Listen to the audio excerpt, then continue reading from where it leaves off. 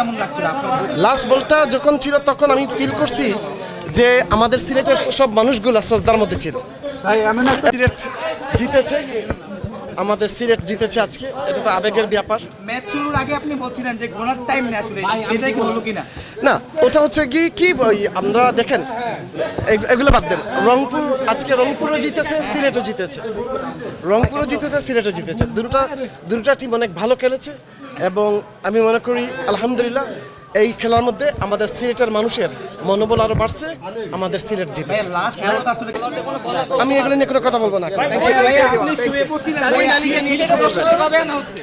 এগুলো নিয়ে কোনো কথা আর কোনো চমক থাকছে কিনা ভাই? আর কোনো আরো ইনশাআল্লাহ যদি ফাইনালে যাই ঐতিহাসিক চমক দেখবেন এবং সেটা আল্লাহ প্রদত্ত আল্লাহর কুদরতি রহমত থেকে এসে আমাদের সিলেটের ইজ্জত আল্লাহ রক্ষা করছে। ভাই ওক্স কানাডা পয়সা উসুল কিনা? না, এখানে আমি ওক্স বলবো না, এখানে আমি বলবো all the credit goes to আল্লাহ রাব্বুল আলামিন এবং আমাদের সিলেটের মানুষের দোয়া। আমি এখানে যে সংক্ষিপ্তভাবে আমি এতটুকু বলবো, Woakes is one of the best player. Excuse me. We are from DBC News. Actually, that is asking feelings. Last ball, last match. Please say something about this match and your feelings. I cannot express the feelings.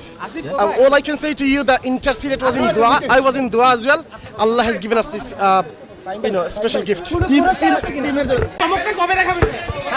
যেদিন আমরা ফাইনালে যাব, এই দিন ঐতিহাসিক চমক দেখবেন ইনশাআল্লাহ।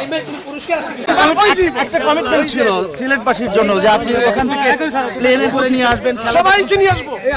চাইবো যে পুরো পিচ করে ফেলেছি ফাইনালে যাই ইনশাআল্লাহ। ওকে, থ্যাংক ইউ। এক্সকিউজ মি, টিমের জন্য আসলে কি ভাবছেন এই মুহূর্তে?